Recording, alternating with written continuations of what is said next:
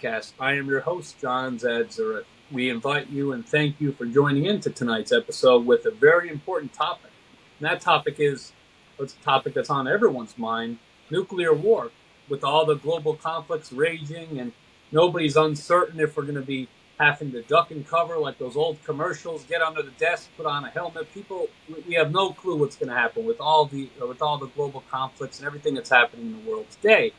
And again, as I'd mentioned, a nuclear war yields no winners because it doesn't. Who can win a nuclear war? And we wanted to bring this important topic to the forefront and discuss it. And I also want to introduce a friend of mine that is also onto the show for making his first appearance. His name is Daniel Burke.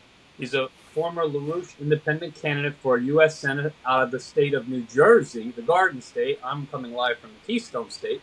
So welcome onto the show, Daniel. We're glad to have you. Thank you very much for having me, John. It's a pleasure to see you. It's always a pleasure. I've known Daniel for quite a few years now, but life happens. But we always keep in contact, and Daniel's up to date on so many of the things that we're going to be talking about today. So I couldn't, in good conscience, have this show without him, and we're so glad to have him with us today. So, with everything going on in the world, and I don't want to say that lightly, the question is, are we on the brink of World War III? And my response to that question, it's on every newspaper you can read, whether it's the New York Times, the Washington Post, USA Today, Philadelphia Inquirer, the Boston Herald. There's so many, but everybody's asking this question. And it's important. And are we on the brink of it? I think we are. Regarding our relations with China, Russia, North Korea, Iran, we're at a low point. And, we're not seeking, in my words, a lasting peace. And we want to go through more of what we're going to talk about today. And with that, exploring this possibility of World War III and what it's going to mean for us, the people who inhabit this planet. So I wanted to invite Daniel on. And Daniel, if you wouldn't mind just introducing yourself a little bit more and tell all of our listeners and viewers about yourself. Well, thank you. I'm about a maybe 13-year activist with the movement of Lyndon LaRouche, founded by Lyndon LaRouche, the late American economist. He played an enormous role in advancing the Strategic Defense Initiative policy of Ronald Reagan, which has gone largely unacknowledged, but is very clearly understood by people around the world, including emphatically in Russia. And what our movement has been fighting for is a world without the threat of nuclear war. The whole concept of the SDI was the idea that we could use advanced technologies to leap over the danger of nuclear weapons. And in March of 1983, Ronald Reagan gave a speech to the world in which he said, "I call upon the scientists to join me in the mission of making nuclear weapons impotent and obsolete." So yes. I want to put that on the table. We have to make a world where the extinction of mankind is not possible, because any exchange of nuclear weapons, the leading experts in this field, for example, Ted Postel of MIT or Steve Starr of the University of Missouri, any exchange of nuclear weapons will yield the exchange of all of them. If one nuke is launched, they're all going. And right now, that would bring about a nuclear winter.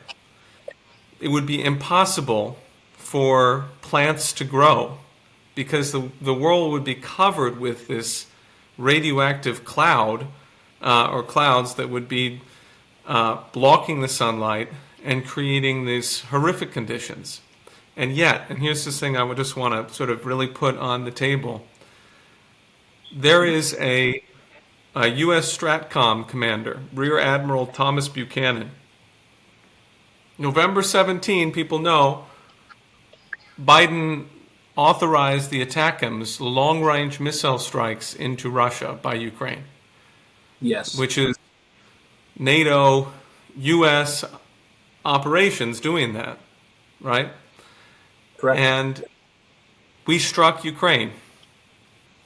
I'm sorry, we struck Russia through by way of Ukraine with these long-range missiles. The on November 21st, this Rear Admiral Thomas Buchanan was speaking like something right out of Dr. Strangelove, if you've seen the movie. Where Good movie, by the way. Yes, I've seen it. Black and white. It's a little older, but yes, it's a great. It's a great so movie. funny. What did he say? Okay, so remember at the end of the movie, they're discussing how, gee, if there is a nuclear exchange, then all of us who are in the important decision-making centers, in the military and the president and so forth, we'll go down underground into the underground bunkers and we'll just wait out the nuclear winter, and we'll bring all of these sexually viable young women down to breed with us and stuff like that. And in other words, these are people who really believe that you could survive nuclear war, and then they start arguing about how they're going to have to be prepared to defeat the Soviet Union after nuclear winter. Thomas Buchanan is a real life guy. He's the head of a planning director. He's a director of planning of some type at Stratcom, at Strategic Command. And he says in this discussion at CSIS, which is a think tank, they're having a discussion. He's talking to a British think tank representative, or a representative of a British think tank named Heather Williams. And she says, well, what would winning a nuclear war look like? And he said on November 21st, well, in any case that there is an exchange, which we don't want there to be, but if there is one, then we need to have reserves in the case of the need to have a second one. That's effectively what he says. I'm not quoting directly. He said we need to have reserves, okay? Reserves. And in other words, if we're going to come out of that, it's got to be that America is still leading, which will require us to have reserved nuclear weapons.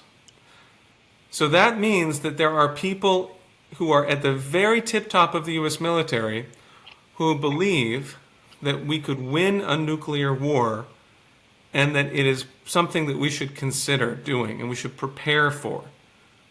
And that is the kind of lunacy represented by this collapsing, this final end of the Biden administration and the whole rules-based order that it represents. And a lot of what we're going to be discussing today as we're getting into it, and this is great, fantastic points, Daniel. Thank you so much. And a lot of what we're going to be getting into today is that if anybody out there truly believes there could be a winner in a nuclear war, I don't know what they've been reading. I don't know who they've been watching, but going back to the Cold War between the United States and Russia, and whether it's Khrushchev or Putin or anyone or any leaders during that time, I've been doing my own research on it. I have a notebook of notes here, and it's crazy that in the scenario you're mentioning, and a lot of this is mentioned in a book also called Nuclear War by Annie Jacobson, and she's been on so many podcasts talking about this. And it's just that, like you were mentioning, when one nuke is launched, the systems are in place that nukes are launched immediately in return. And we're going back to, again, the old USSR or Soviet Union. It used to be called something called, either the dead hand, or maybe I'm not getting it correctly. It's just that it's, if they have a whole sensor over the country. The sensor is that if a ICBM hits or a nuclear warhead hits, they would know, and something is immediately launched, even if they are fully taken out, even if anybody that could make any decisions is launched. So there is none of this about who can win a nuclear war. It isn't winnable. Ronald Reagan said a nuclear war cannot be won, so it should never be fought. JFK had another quote that said, we need to put an end to nuclear weapons before they put an end to mankind. And that is a lot of my thinking and a lot of my strategy. So as we're getting into this, talking about are we on the brink of World War III, you have to look at how World War I and World War II started. Yes. The assassination of a leader, of a president. World War II started in Germany, in Europe, and then it also came to the United States when we were attacked. So a lot of the things that a lot of our founders had warned us against about being entangled in these conflicts, that's how a lot of it starts. They might not have been up to date on everything we have today, the technology for everything that's happening, but a lot of that is the same. Some the more things change, the more they stay the same. And here we are getting more and more entangled, leading to exactly the type of consequences that they were talking about in the Declaration days and the Bill of Rights days, and what they really wanted a vision for our country.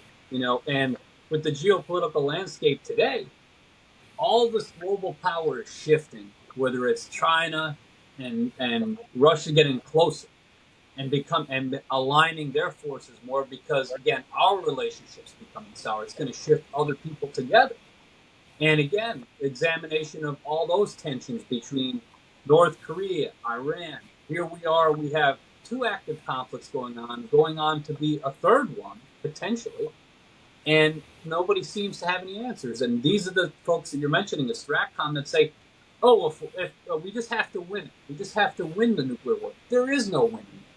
The scenario of a nuclear war happening, or anyone launching it, if you've, again, done your homework and your research on it, for listeners that just want to get into this and they want to do the research, the quotes on a nuclear warhead being launched and hitting and that happening, the exact sentence and phrase I've heard is hell on earth. And I can't think of anything that would sum it up better than that. Hell on earth.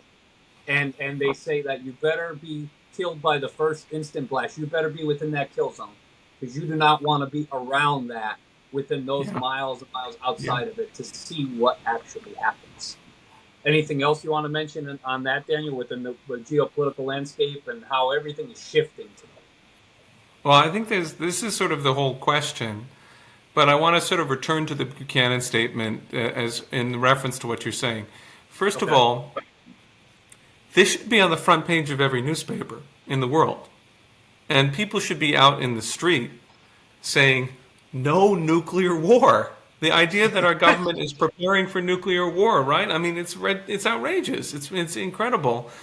It's ludicrous. And it's totally ludicrous. It's the definition of insane. Now, but the only way he could possibly make such a statement is if he believed that the United States would not be struck by the nuclear weapons. Like, in other words, he might be thinking, well, a nuclear exchange in Europe would be acceptable to us, right? Which is already totally barbaric and insane. But it's not just that. That it was within a matter of days that the Russians, they immediately responded on. Oh, excuse me. The Buchanan statements were on November 20th. On November 21, I'm not saying it's in response to Buchanan necessarily, but it's in response to the Biden authorization of the ATACMS on November 17th. But on November 21, Russia demonstrated the power of the Oreshnik weapon, which is the hypersonic weapon that they have. And I want to read to your listeners what this thing is. It's a hypersonic medium-range missile. They call it the Oreshnik. They hit a weapon factory in the Ukrainian city of Dnipro. And here's how it's described by Vladimir Putin. Dozens of warheads, self-guided units, attack the target at a speed of 10 times the speed of sound, 10 Mach. This is about 3 kilometers per second. The temperature of the striking elements reaches 4,000 degrees, with the temperature of the sun on the surface of the sun being 5,500 degrees. So it's almost the temperature of the surface of the sun. Therefore, everything is in the epicenter of the explosion. Everything that's in there is basically turned into dust. Now, the point is, this is a non-nuclear weapon, but it has a destructive capability that is equivalent to nukes. What Lavrov said in his conversation with Tucker Carlson, maybe you watched that? I've heard of it. I've heard of it, yes. I really recommend it to everyone. The Russian Foreign Minister, Sergei Lavrov, spoke with Tucker Carlson at length. There's another interview that is I've been hearing about is very good with Jeffrey Sachs, which should also be listened to for historical context. But what Lavrov made clear is that the Russians are saying, no, if we feel that our state is in existential threat, then Washington and London will be hit. And they don't want nuclear war. They're just saying, if you push us to nuclear war, then obviously that is our strategy, because in the realm of deterrence, That's what makes sense, right? But instead, Right. they're trying to get out of that. They're saying we don't need this. So what happened is that Trump, in his Time Magazine Man of the Year interview, he made clear that he totally opposes the escalation of the long-range missile strikes into Russia. And that, I mean, of course, the whole issue that you're raising with the threat of assassination and so forth, Trump is signaling clearly that he wants to take a different approach and solve the Ukraine crisis by ending the war with negotiations and by actually, changing the course of history here away from hitting the nuclear war. The Russians responded to that and said very clearly publicly that they appreciate that he made that comment and that they certainly agree that these escalations are abhorrent and should be stopped. So over these we've got, 35 days? Not even. Correct. Until, Yeah. right? Until the inauguration. This is the Yes. most dangerous period in the history of humanity, possibly. There are many people who are saying And it's when, more dangerous. Go and ahead.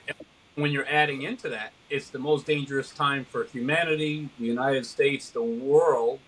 And then when you have a candidate that is making statements like that and going to follow through, whether you like Trump, you don't like Trump, whether you like Biden, you don't like Biden, one person is escalating what is happening and Yeah. allowing more intense warfare to occur in the conflict, just like Lyndon Baines Johnson in Vietnam. And someone else is saying the death has to stop.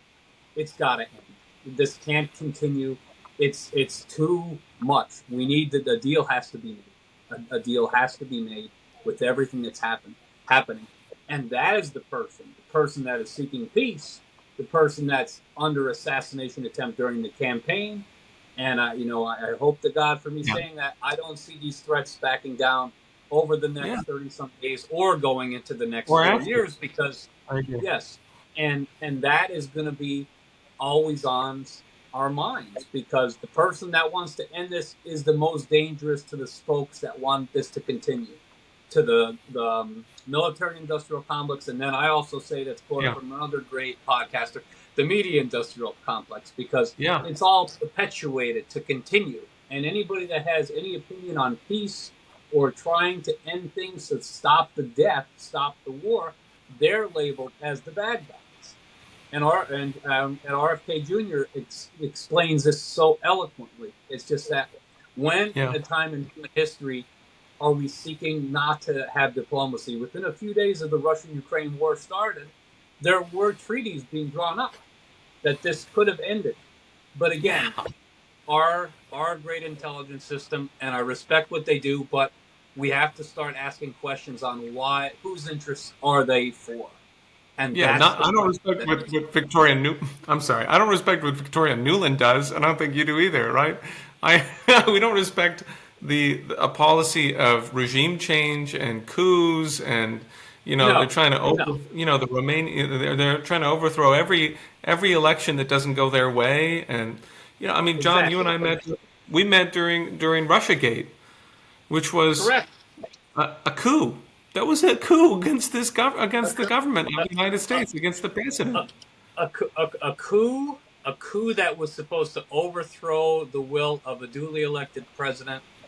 We're still looking for these charges. We're still looking for his family to be arrested. Adam Schiff was the one that said, like, I've seen the evidence. There was never any Yeah, evidence of his family. And just what we're seeing today going into the landscape, again, staying on topic, but it seems like everything that they accuse everyone else of, they're doing. They're yeah, actively doing it. So, like, President-elect now Trump was impeached about inquiring crimes that someone's just been pardoned over. The hypocrisy is outstanding. It's it just really is. it's just beyond comparison of the mind how they can get away with this. How you So know? you mentioned this question of like the broader geopolitical landscape, how things are changing, Correct, and shifting. Yes. I thought it was very interesting that I believe, in yesterday's edition of the New York Times, which is like rag of all rags in my view, but they put Yes. out two interesting articles. One was titled something like, let me see, I have it in front of me. Trump can bring us back from the brink of nuclear war, Correct. which is quite striking, right? And they propose certain very common sense things. I don't agree with everything in there naturally, and the way it's organized is it doesn't bring up the Oreshnik and all of the things that we've been discussing. It doesn't bring up the ATACMS, but it does say that we should move to a no first strike doctrine, and that would make the world a lot safer instead of because the United States, reserves the right to strike with a preemptive strike nuclear weapons on another country, which is like, potential. That's the potential end of mankind, and we're saying we have the right to do it when we think it's a good time. It's ridiculous.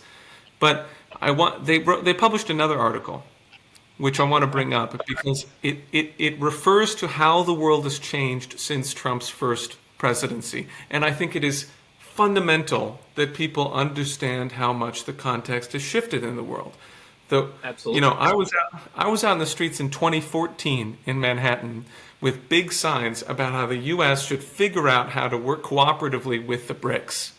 And when Trump went to the Great Hall of the People, and he said in Beijing, the U.S. and China together can solve all of the world's problems. That's almost verbatim quote. He said it in the Great Hall. I remember that. I do. He reprised that just yesterday or the day before. There's a video going around on X of him doing that. He said the same thing again. He said Xi Jinping is an amazing guy. The media hates it when I say it, but it's true. I sat down and had long conversations with him. Well, what's going on in China has been exposed to the New York Times audience by this Tom Friedman article that was put out. And I'm going to read just a couple of brief paragraphs that will explain. In 2000, the U.S. and its allies in Asia, Europe, and Latin America accounted for the overwhelming majority of global industrial production, with China at just 6%, even after 2 decades of rapid growth. That's year 2000. By year 2030, Smith wrote, which is only 5 years away, the UN agency predicts China will account for 45% of all global manufacturing, single-handedly matching or outmatching the U.S. and all of its allies. That's how he chose to put it. Then he continued, in 2019, as Trump was finishing his last term, net lending by Chinese banks to domestic industries in China was $83 billion. That was in 2019, at the end of the Trump term. Last year, billion. 83 billion. Okay. 83 billion then. Last year, $670 billion. Okay. So it's an increase, yeah. Yeah, it's more than 8-fold increase. And why is it? So my point is, if people want, he talks about it from the standpoint of the Sputnik moment. If people want to say, oh, the evil, China is our big enemy, China is the thing we got to be worried about, blah, blah, blah, China, China, China, then they're kind of missing it. I mean, they're totally missing it, excuse me. The issue is that there's something they're doing that's working. And the thing that they're doing is state-directed credit for massive projects in science and technology and infrastructure. And we could be doing the same thing because that's what we did. We're the ones who created that system. That's what Alexander Hamilton did. That's what John Quincy Adams fought for. That's what the greenbacks were under Abraham Lincoln. That's what we were doing in the New Deal period. And this is really a moment where we should acknowledge the fact that China and the United States could solve all the world's problems if we cooperate together. Because we can look at the rest of the world and instead of seeing enemies that we need to overthrow and murder like we did to Gaddafi or overthrow Syria, on Syria, we've had sanctions in place, the Caesar sanctions, that drove that population into 95% extreme poverty. That's what our government did. We impoverished children We killed all the children with a stroke of a pen. You know, that's what this whole approach is. It's ridiculous. It's evil. It's satanic. But what if we turn to these great powers like Russia and China, the other members of the BRICS, and we say, let's cooperate on a global development drive? We should have a view that we could have the same type of eightfold increase in lending to the real economy, as opposed to what we've had instead, which is what, like, I mean, how many times has the national debt grown, and where has it gone to? How many times over has it ballooned? How much money has been printed to bail out speculative bankers on Wall Street instead of building high-speed trains and nuclear power plants and all of the good things that we could be doing? And things that will benefit all Americans and from all walks of life. And you see where the investment is going. And I want to take it back to something you mentioned as well with President-elect Trump saying between the United States and China, we can solve all the world's problems. And I think people get the lines get blurred there when you talk about enemy, friend, ally, foe. And what I always say is this: listen, I'm well aware of the technology and things China has done. I've done my homework on that with information technology and some of the intellectual property and all of that history in business and finance. And I know that. And again, I think people get caught up in, be like, they've been doing all these things and they're our enemy. We can't have nothing to do with them. I think that approach is wrong. I think that approach is wrong because, like, what you're saying is that we have to acknowledge our differences. And we have to acknowledge them and say, we're not going to change how you run your country. We can fundamentally agree, but what can we work together on? And what can we benefit in that mutual relationship? In my opinion, they are an adversary of ours. Again, it's a competition. It's a competition of, again, you just mentioned, it's an eightfold increase in manufacturing. Those are pivotal points in the United States. They are things we used to do from the foundation of our country, but that's been given up. It's been left out there. So countries are seeing those systems, and they're using the same systems that we did to become a superpower, and we've abandoned them. And that's just, it's appalling. It's completely appalling. And those could be our eightfold increases. And again, the pandemic opened a lot of people's eyes when it comes to these things. When it came to TTP and masks and medicines. Now, we can't rely solely on other countries to get these fundamental things. And now I'm hearing that conversation more than ever. But going back, of course there are things we can do to work together, but not doing the policy that I feel we've been putting forward in all these countries like the Middle East or Iraq or in other countries that we'd be like, no, we have to tell you how to run your country, and if you don't follow the outline because this is the correct way, that's when I think things start to fall apart. We have to start working with these nations and these superpowers and saying, hey, we might fundamentally disagree on how your approach to how your government is, but it doesn't give us the right to tell you how to change it or how to do things to overthrow things. No. But can we work together to create a world, again, by disabling these nuclear weapons, by drawing down the total number of nuclear warheads and saying these should not be used under any condition? From my research, going through this, we've had some close calls of nuclear war. 1951 in Korea, 56, 1962, 2017, 18 with Trump and Kim Jong-un. These are happening. They're going to happen, but they start to get out of control and balloon when it seems like the world is just colliding. Like we're saying, this shift in power in nations, just they're not cooperating, they're not working together. Everybody is an enemy or adversary, which there are enemies and adversaries in the United States. There are. But can we work together with folks to make sure that nuclear weapons aren't the end of the world in a way? And that's what I'm all about, and that's what we're talking about the show today, because a nuclear war does yield no winners. It doesn't. Who wins a nuclear war? I don't know who could start a conversation and be like, if they just hit us here, hit us there. Those studies haven't been done. From the first warhead to the very retaliation, it is over. It's done. Not coming back from it. Like we're mentioning STRATCOM, there is no planning for when the nukes are actually launched. Like when you have FEMA in the United States, a hurricane, a tornado, a natural disaster. There's no planning for after a nuclear war. There's no people But get ready. there's one step that you need to take though. Kiss your ass goodbye, and then you're good. That's all you got.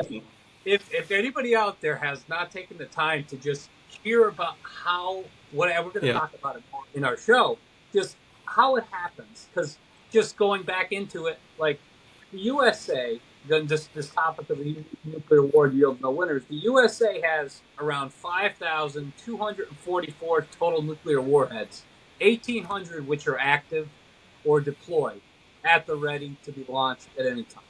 Russia has around 5,889 total nuclear warheads, 16 to 1,700 active or to be deployed at any time. At a minimum, 5 billion people between Russia and the United States, just the world in total, 5 billion people would perish. My number might be low, but 5 billion people would perish if such an event would happen. And it's not even prevalent to who is struck and who is missed. It's just that I've heard that when these weapons of war are launched, they have to cross other countries to hit their target. So what are they going to be thinking when they're seeing these missiles cross their country? Be like, oh no, it's not hitting you. Don't worry about it. You think they're going to sit back and just take that? They're going to ready and protect their citizenry, and that's it. That is the end. That is the end. But we were talking about exploring, the global instability, and could that spark?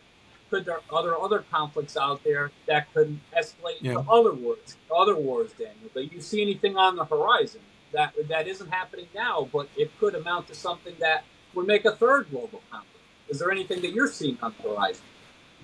I mean, there are. What we're watching is that there's a decrepit system of global oligarchism ruled by the few that is crumbling. It's reaching its very end. And we can all see that. We live in the United States. We have school shootings everywhere. There are millions of people who are fleeing their homes because of economic catastrophe and because of war, and are fleeing to the border of the United States to try to get some way of helping their families. 9% of Mexican citizens live in the United States. They don't do that because they want to live in the United States. They do it because there's not a future right now. There's not a sufficient process of economic development and growth across the area. We live in a circumstance where we're spending $1 trillion a year on weapons of war, and we're not actually committed to any kind of infrastructure development or collaboration with nations on mega projects of infrastructure, which is what we really need. I mean, if you want to see U.S. manufacturing blow up, really grow, then what you want to do is export capital goods, meaning intense, very high-tech things that other countries can use for infrastructure, like high-speed trains. If we were exporting high-speed trains to South America, then there would be an increased potential for economic development in those South American countries. There would be incredible number of skilled jobs for Americans building these things, and there'd be a process where there'd be cooperation and benefit to all. Instead, we have something like $2 quadrillion, between $1 and $2 quadrillion of derivatives debts that are looming over the system. This financial system, the crash is going to be horrific, and it is something that must be avoided or done in an orderly way. And it's on account of that thing falling apart that you have political turmoil in France, outrageous political turmoil in South Korea. You have a situation where the United States and the UK and many other European countries are backing Israel, which just invaded Syria. They're 15 miles into Syria. They're in the midst of a policy of mass extermination of people in Gaza and ethnic cleansing. And this thing really has a dangerous potential to turn into a much larger conflict. If there ends up being an Israel-Iran war, the United States will be a part of that. That will be catastrophic for everyone in the entire region and in the world. Therefore, we need to think about these solutions. We need to be honest about the nature of the world right now. If you look at who produces wheat, who produces steel, who produces concrete, all of these physical measurements of an economy, who produces coal? It's the BRICS countries. There are now over 20 countries who are associated with the BRICS nations, and they are doing the actual production of the physical economy. We're not in a circumstance where we can live in, the neocon dream of a American century of constant, continuous hegemonic control over the world, the so-called Wolfowitz doctrine. I would really encourage your viewers, who I know they're not neocons, to look at the Wolfowitz doctrine. That's the key neocon doctrine, and it has everything to do with the Cheneys, who, of course, were defeated in this election. The doctrine is U.S. is in charge of the entire world forever. That's the doctrine, and no one is allowed to come up to our level. It's insane. Instead, a rising tide lifts all boats. We want to see the world be developed. We want to see Nicaragua, we want to see El Salvador be developed, because otherwise you're saying that you want them to come here and be wage slaves. Not wage slaves, even worse than that. You're saying you want all these migrants to come and be slaves in the back kitchen. It's insane. Don't do that. Collaborate in a humanist policy and say, your benefit is our benefit. It's a good approach. It's a good approach. And when you get down to where things are produced, like you mentioned, wheat, concrete, coal, those are the nations that export those items. And where they are is where they are exported to, like us and Europe and all over the world. And you look at it and you say, hey, like, how can we advance this and connect everything and connect it in a way that is beneficial to all? Again, it's just like, yeah, sure, we have adversaries. Yes, we do. But what can we work on together and actually come together on and come to agreements to make it that we're not having these conflicts, that we're not having these threats of nuclear war? And again, bad economic times, what do bad economic times? They create desperation. Desperation creates, people have to do anything to survive. And again, as we were talking about with the conflicts that are raging, Russia-Ukraine is the Israel-Hamas war. And now another thing that's being brought up is China, and then possibly something going on with Taiwan.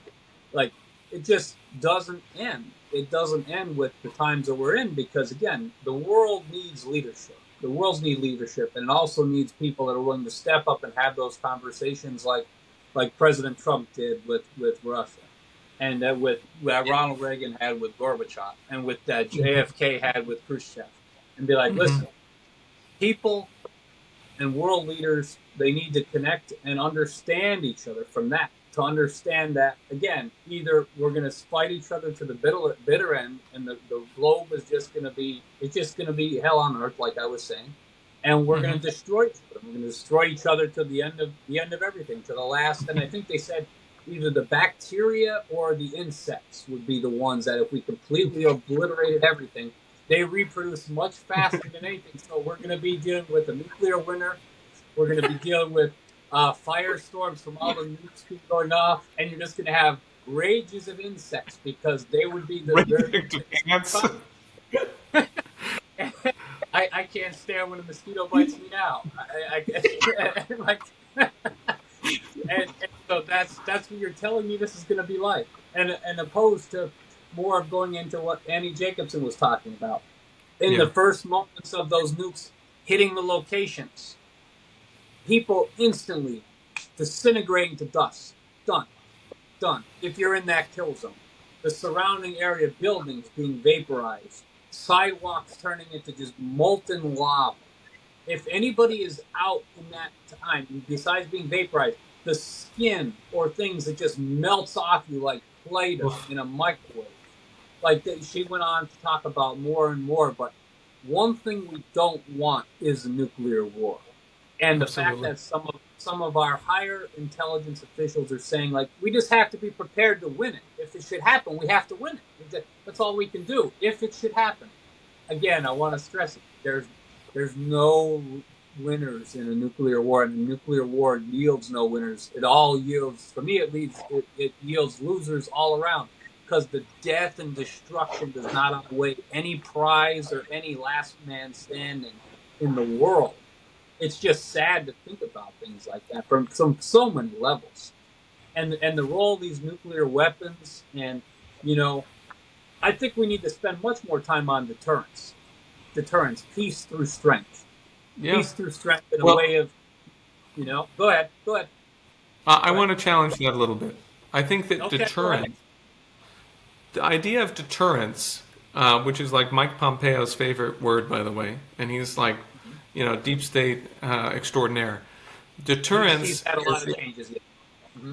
Yes. I know where I understand where you're coming from, and I respect it. I understand that the emphasis is on peace, not peace through strength as such. The goal is the peace, not just Yeah. to flex and so The, forth. the But the idea of having such an iron fist to the way of building these weapons to, God forbid, never having to use them.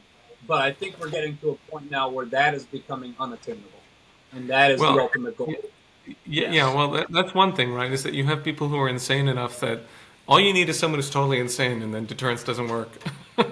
But I used to be a first grade teacher, and I have a deep, deep belief in the potential of humanity to live in harmony. And the idea that you would say, we need peace, and therefore I'm going to point a gun at your head, load it, and we're all going to agree this is a great way to have peace. That is really absurd. We really have to just stop and consider that's a completely non-human way of operating. And Okay. where does it come from? Do you know many? This is also what I understand you're referring to when you say, well, we're always going to have adversaries. There's a certain phrase that there's the friend-enemy distinction. The idea that politics is about how we have friends and we have enemies, and that's what makes up politics. And I don't think this is how you think at all, John, but I know that this is how the neocons think, because Okay. this concept comes from Carl Schmitt, who was a leading Nazi. He was the Nazi who was in the courts. He was a jurist, and he was in the legal system, and he was the one who wrote out the arguments for why Hitler should be made dictator and how he should have the powers of a dictator. It was called the Führerprinzip. And Carl Schmitt is the one who promulgated the idea that politics is about friends and enemies. I think that is not necessary. And it's completely wrong. It's totally outrageously wrong. Instead, consider the idea from Lyndon LaRouche that politics is, think of it this way, it's the process of society making breakthroughs in science and in culture that allow us to bring the whole human species to a higher standard of living, to a higher standard of existence, to a higher standard of harmonious development. And that should be the way that we solve problems. So that was the idea of the SDI that Reagan really responded to, was the idea that we would use new fundamental breakthroughs in science and technology to escape the era of mutually assured destruction, which is basically architected by Bertrand Russell, Henry Kissinger, some of the worst people in history. And instead, let's go to mutually assured survival, and then we can collaborate on the kind of things that that people are interested in. Elon Musk likes to talk about taking mankind to another planet. You're not going to do that if we blow ourselves up with nuclear weapons. So we should work collaboratively, and that's Yes, and you you see firsthand, you see firsthand what they're doing there, right? A man that is brilliant, and he really what if you talk about a man that sets his mind on something and he does it, and then he goes on to the next thing. He sets his mind on something, he does it, and he goes to the next thing.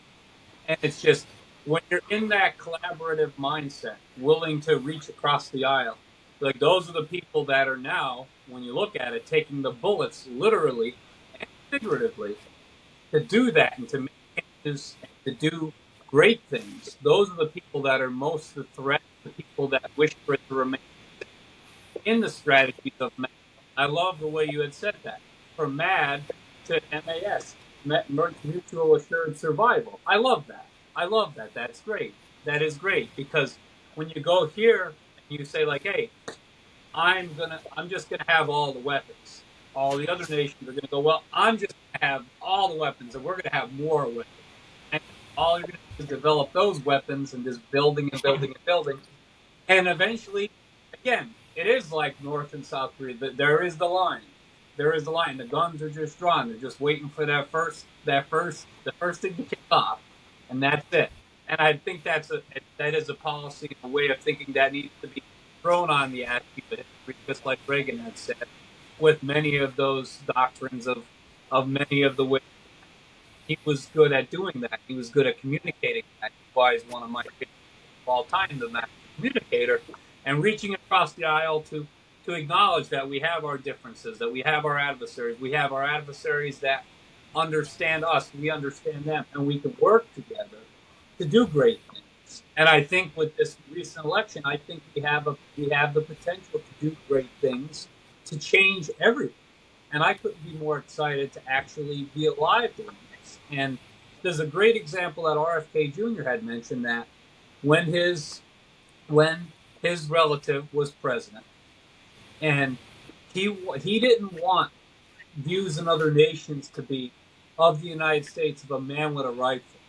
He wanted people to think of the United States as peacekeepers, as the Peace Corps, people that make the Yeah. change in the world. I thought that was such a beautiful statement. But some are so still attached to wanting the United States to be known as war, warfare, Hmm. like just challenging and just dominant. And I think we're seeing that attitude is starting to fade. And people want to come together and they want to work together and have relations and understand that if a nuclear war should ever happen, there is no winner. There's no winner at all. So if we can't agree on that, what else is there to talk about? To be honest, because if we can't agree that MAD will lead to the end of mankind and the world in general, leaving everything except the bacteria and the insects. Maybe the snails, anything that can get way down, but it still affects anything that's way down into the earth as well. But Hmm. if we can't agree on that, or putting an end to these weapons before the weapons put an end to mankind, I don't know what else there is to discuss. And I think that's a great premises and point that you said. There's just there's reaches for cultural and just changes. Lifting everybody, a rising tide lifts all boats. It's another great Reagan quote, and I really believe that in my heart. And I believe that we do need to have a strong military. We do need to have strong borders. We do need to have mutual respect for all nations, and nations in return have to respect and return that to us. And I think with the global image of what Joe Biden has put out there is that we're just going to continue the ways as what it's been. We're going to prolong these wars, and he gets a lot of credit for taking people out of Afghanistan and Iraq, but it wasn't very short long after that he was fully aboard equipping Ukraine and handing over those billions to help fund something else. Not even a few years after taking the troops out of the Middle East, finding somewhere else to send our sons and daughters to die. And that's something that's so egregious to me, having family members that served and have been to the Middle East around 2 or 3 times. And it's just, if you cannot tell us, and Tulsi Gabbard has done a good job of this too, if you cannot tell us what an end result looks like to these conflicts and plan out what that looks like and what that vision is, it's just like, well, we just need to win. Well, when they lose, they're like, What does that look like? Does that happen in 5 years, 10 years? There's no date on when checks will stop being written. There's no limit to when this credit is extended. In the meantime, our folks and our people are in squalor of having to fight with the highest inflation in 20 to 30 years, having their costs of standard of living going down. It's insane. And when you're sending money over and over to billions to here, billions to there, and people are like, "Hey, I just want a job. I just want to put food on the table for my family here. I just want to be able to be okay and safe in my street, in my town, in my city." Like the focus needs to shift.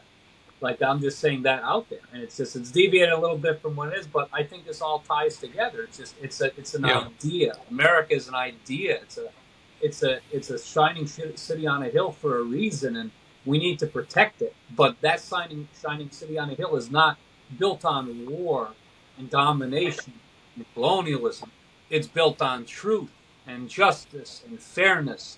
And I get so upset when I see people trying to say like that the United States is built on colonialism and just everything that's negative, and it just enslaved people and did horrible things. Be like, it is disgusting to me to hear people talk like that.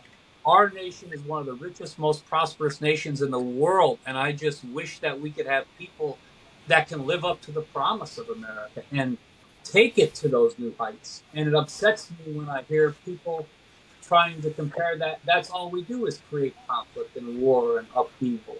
And we've always done things in interest of other people to help. And I think we've gone from that to shifting towards wanting to be the first nation that wants to start conflicts or wants to do things. We've always done things to try to do things and to help and be the shining city on the hill. But when that is captured and when that is coerced into something it's not, that's when I think that you see these global conflicts starting to emerge more and more, because we've gone from that mentality of it's peace through strength and also working with nations, not having both guns drawn on each side, but understanding and working together, like you were mentioning. I think there's a model we need to get back to. And our founders had told us what being entangled in foreign conflicts would mean and what it would lead to. And it's just we're seeing that play out before our very eyes. That's just some of my thoughts on it. But we're talking about the global conflicts. We're talking about everything that's happening in the world. And and we can't turn away from one of the biggest perpetrators of all these wars and conflicts.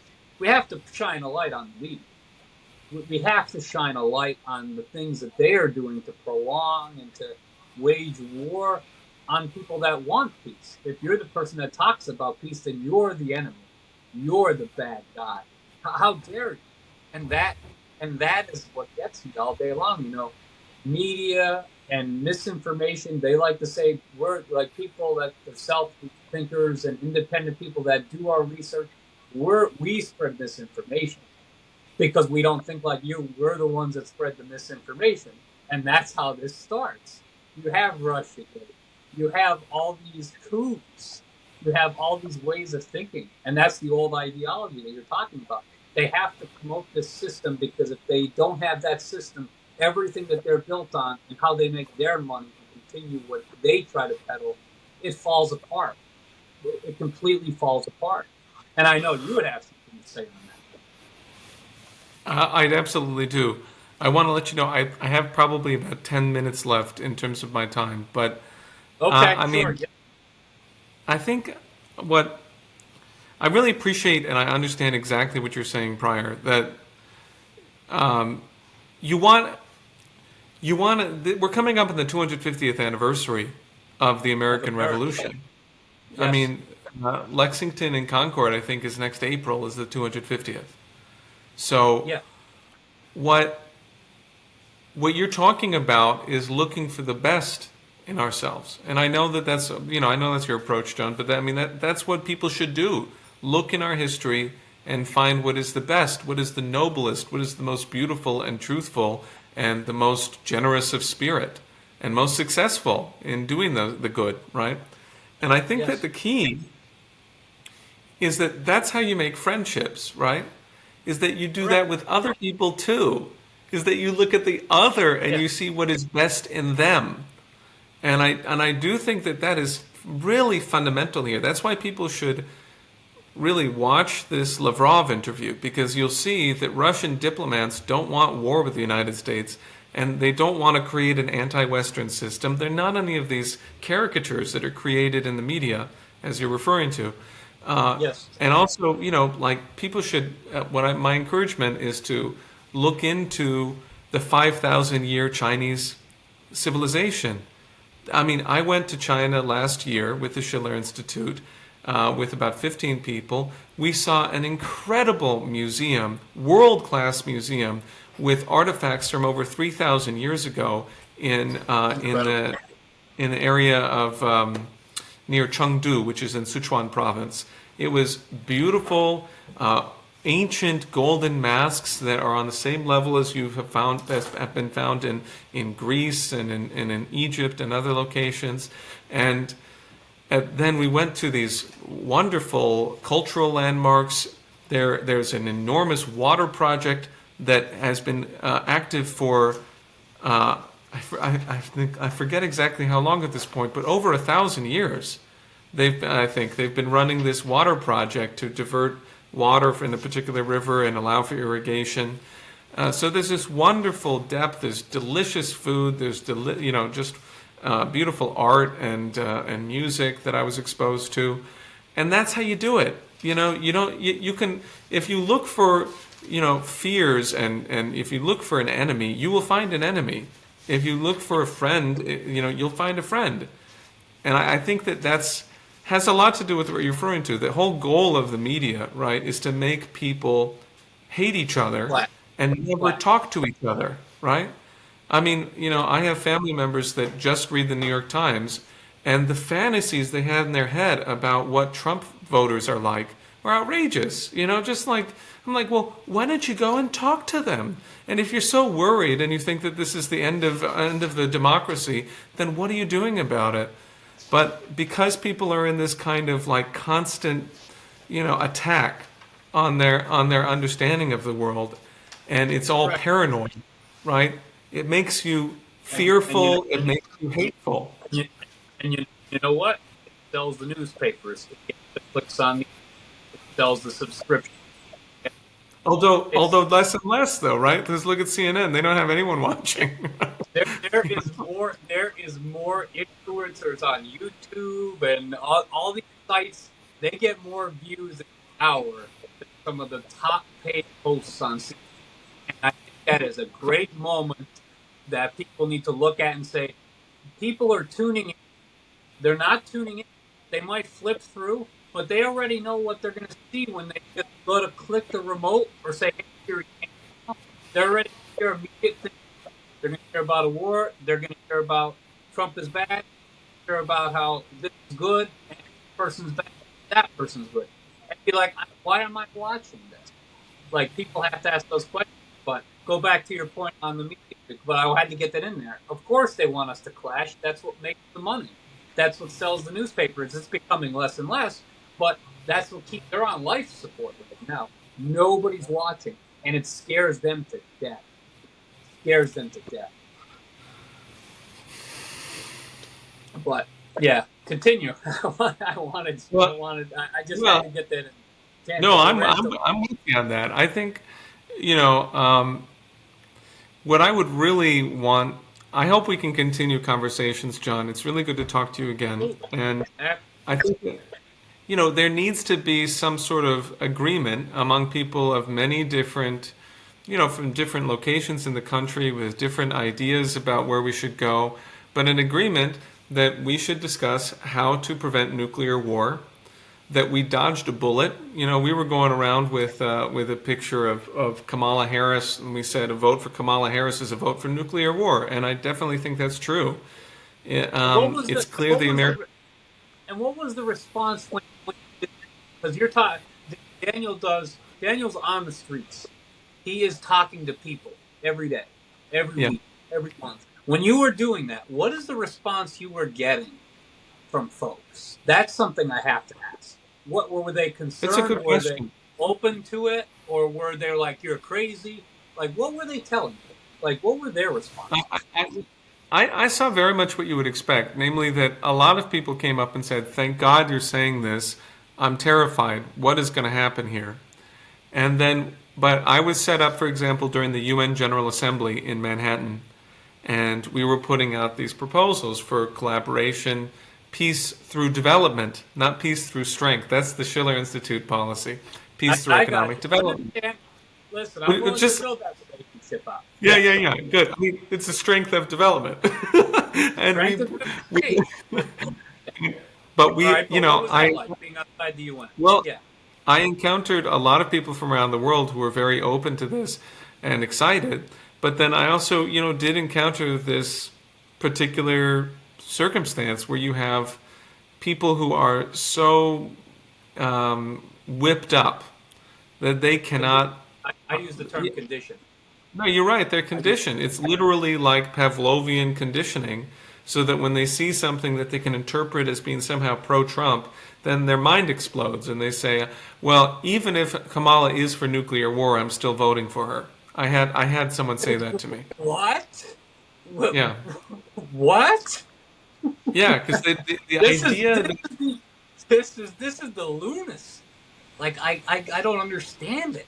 I don't I get how think it's people can make a statement like I think it's like Tony Blinken. Tony Blinken sort of thinks like what we're doing has got to continue to be the hegemonic thing that's going on in the world, or else my hope, I'm gonna tear myself into pieces and disappear like Rumpelstiltskin. These people they can't imagine a world in which their fantasies are not capable of being projected onto people and forced on them through military power.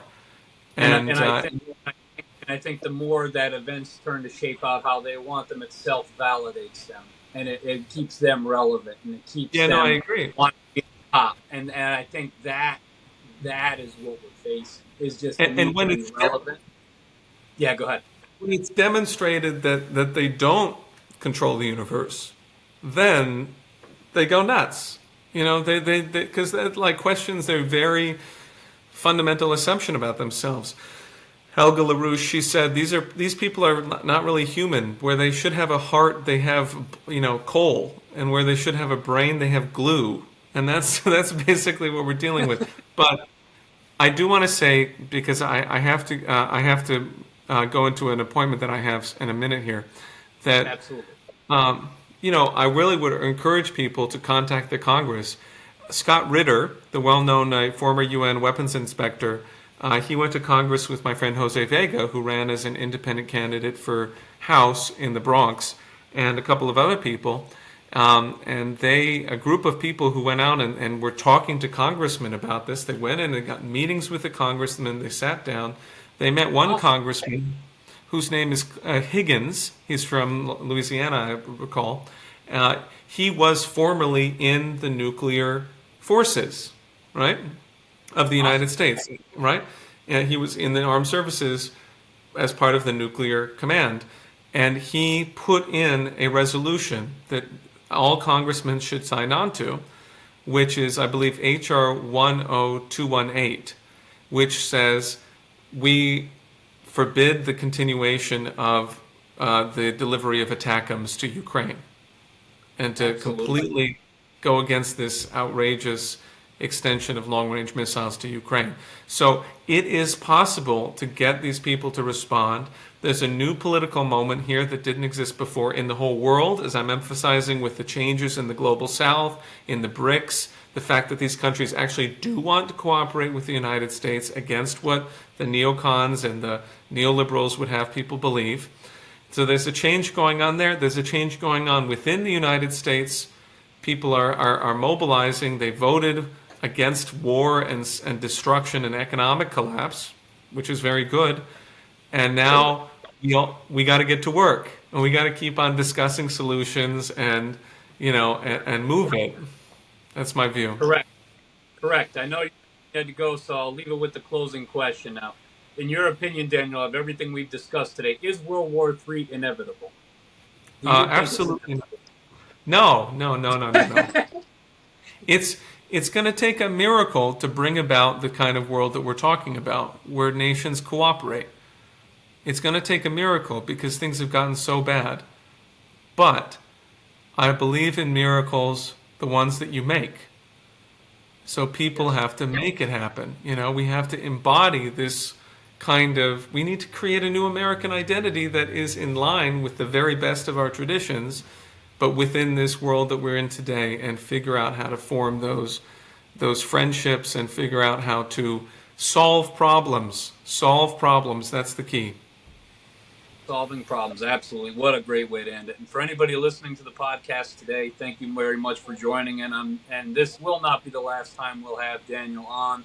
Daniel, it's been great talking to you. And if I don't talk to you before Christmas, I want to extend to you and your family Merry Christmas. To Merry you and your Christmas. little ones, Merry Christmas. And Thank hopefully you. peace going into the new year. And all I could say is all the best to you and to the family. And we do have a lot of challenges within the United States, but I think through our mutual discussions and with the new leadership change coming to Washington, we might have a chance to do Yeah. more than we could have done in the last 50 years. That's what I would say. And that's what my ending statement will be. But take care, Daniel. Have a great night, and we'll look forward to seeing you on again. Merry Christmas and enjoy. Merry Christmas. All Peace right. on earth Thank and you. goodwill towards men. Oh, very good. Bye. How could I leave that out? Peace on Right? earth, goodwill towards mankind. Yeah. Awesome.